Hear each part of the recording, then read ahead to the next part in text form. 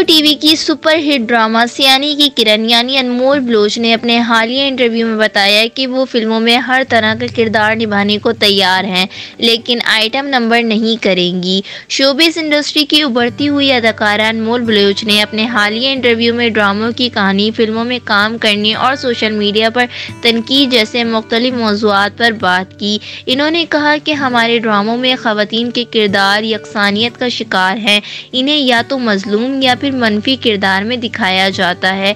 इन्होंने कहा कि अगर ड्रामा राइटर मुख्तलिफ किरदार लिखेंगे तो आर्टिस्ट के पास भी मुख्तलिफ किरदारों को इंतखाब करने का इख्तियार होगा।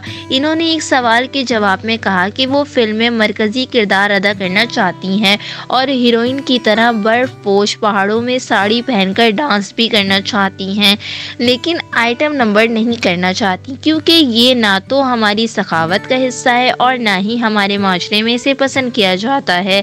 इन्होंने मज़ीद कहा कि एक अदाकार को ऐसे ही किरदार निभाने चाहिए जो आवाम देखना पसंद करती है, इसलिए वो आइटम नंबर नहीं करेंगी। वाज़ह है कि अदाकारा अनमोल बलोच को हालिया ड्रामे सियानी के ज़रिए ड्रामा सीरियल एक लड़की आम सी, देवर शब और सज़ाए इश्क में बेहद पसंद किया गया।